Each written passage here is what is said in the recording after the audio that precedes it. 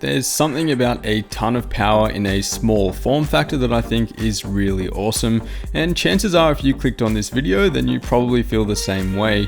The Z370i Gaming Pro Carbon AC from MSI is a pretty solid example of this, being a mini ITX board that supports Intel's new Z370 Coffee Lake lineup, all the way up to a 6-core 12-thread i7-8700K. And pricing seems to be right around $180 US, and as always, you can check pricing in the description below.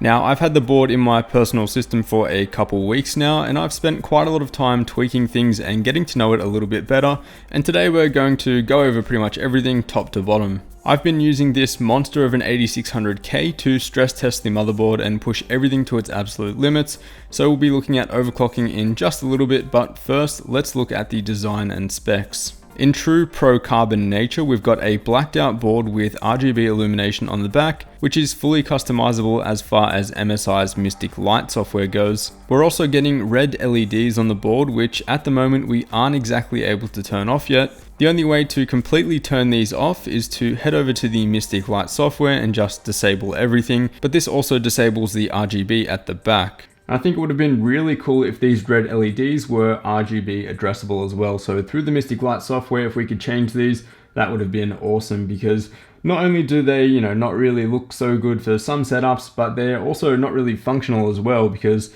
red LEDs on the motherboard, they just sort of scream out at you, something's wrong, debugging LEDs, something's wrong with your CPU, memory, or GPU. We're used to seeing those red LEDs. So when we've got that flashing at the PCI Express slot and the RAM DIMMs, it doesn't really give a good image. MSI are working on an update though, so this should be fixed very soon, and hopefully we'll be able to toggle off the regions that we don't want, as they are located above and below the RAM DIMMs, next to the PCI Express slot, and also at the rear I/O. The rest of this board does look pretty good though, with the blacked out heatsinks, which we'll be testing later, and also the reinforced PCI Express slot and RAM DIMMs, which add a premium touch, which by the way we have support for speeds up to 4500 MHz and 32 GB. Now we are getting an M.2 slot, and it's located right around the back here, pretty much what you'd expect on a high-end board, and I think moving it to the back was a good idea as well, and should help a little with cooling also.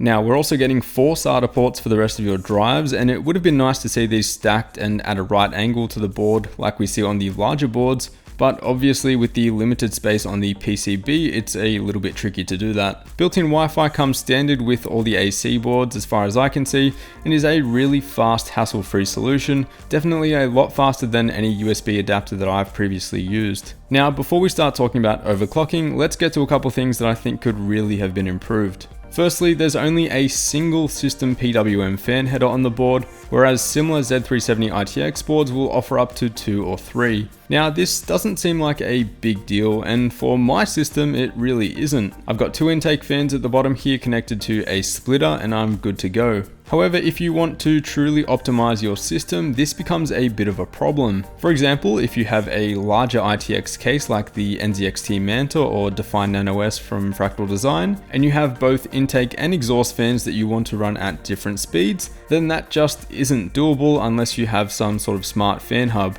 Now we're not getting a ton of USB options on this board either, which will be a little bit frustrating for those not using USB hubs. In total, we're getting 2 USB 2.0, 2 USB 3.1 Gen 1, and 2 USB 3.1 Gen 2, with one of those being Type-C. I do appreciate that we are getting Type-C, and I know a lot of you guys will enjoy that, but I still would have liked to see a couple additional 3.1 or even 3.0 ports here. Alright, now let's get to the fun stuff and talk about overclocking and see how fast we can really go on this thing.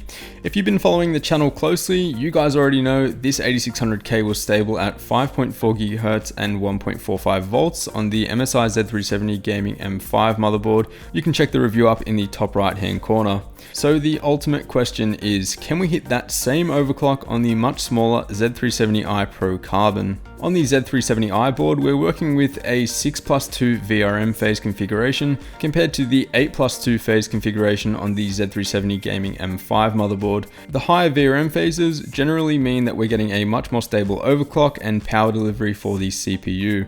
So after a bit of tinkering, I wasn't able to get 5.4 GHz stable at 1.45 volts, and honestly, I didn't want to push too far beyond that. but I was able to get 5.3 GHz stable at 1.42 volts. And here the voltage drop under load, or V-droop, seems to be right around 20 to 30 millivolts, which is really quite good. And that gave me a V-core value here, pretty much dead on 1.4 volts. So really the overclocking on this is pretty solid for an ITX board and is almost on par with their gaming M5 motherboard. In terms of VRM temps, the sensors on this board were pretty out of whack.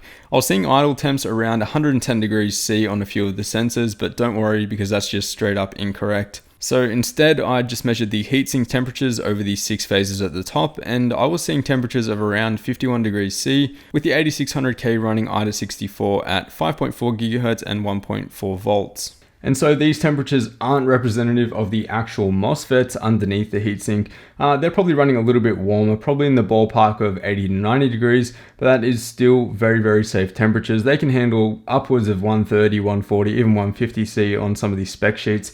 But I'd have no problem running a real fast overclock on this board.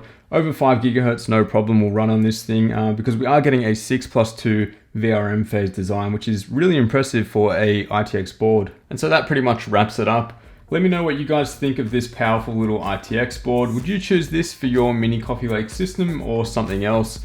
Don't forget to drop a like on the video if you enjoyed, and as always, I'll see you all in the next one.